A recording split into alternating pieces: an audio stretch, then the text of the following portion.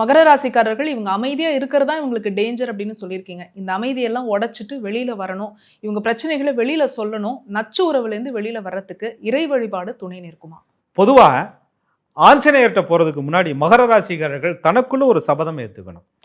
மகரத்திற்கு பொறுப்பு அதிகம், குடும்ப சுமை அதிகம். இமேஜை காப்பாத்துறேன், எனக்கான இமேஜ் மட்டும் இல்ல குடும்பத்துக்கான இமேஜை காப்பாத்துறேன் அப்படின்னு சொல்லிட்டு தன்னைத்தானே அடகு வைத்துக் கொள்வது. உங்களுக்காக நீங்க பேசாம, உங்களுக்கான முடிவுகளை தேடாம தனக்காக பேசுறதுல தாமதப்படுத்துறதுனால தான் மகர ராசிக்காரர்கள் நச்சு உறவிலே அதிகம் சிக்கிக் கொள்கிறார்கள்.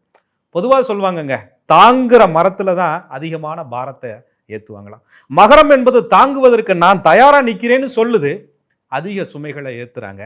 நீங்க ஒன்றும் சுமை தாங்கி இல்லையே, அடுத்தவர்களுடைய பாரத்திற்கெல்லாம் அடுத்தவருடைய பிரச்சனைக்கெல்லாம் நீங்கள் சுமை தாங்கியாக இருக்கும் பொழுது அந்த உறவு என்பது அதிக சுமைகளை உங்கள் மேல் திணிக்கும் பொழுது அது உறவு அல்ல, சுமை என்பதை மகர ராசிக்காரர்கள் புரிந்து கொண்டால் மட்டுமே அந்த நச்சு உறவிலிருந்து மகர ராசிக்காரர்கள் வெளியில வர முடியும். மகர ராசி நேயர்களை ஒன்றை மட்டும் மறந்துடவே கூடாது, உங்க மனசு என்பது உங்களுக்கானது.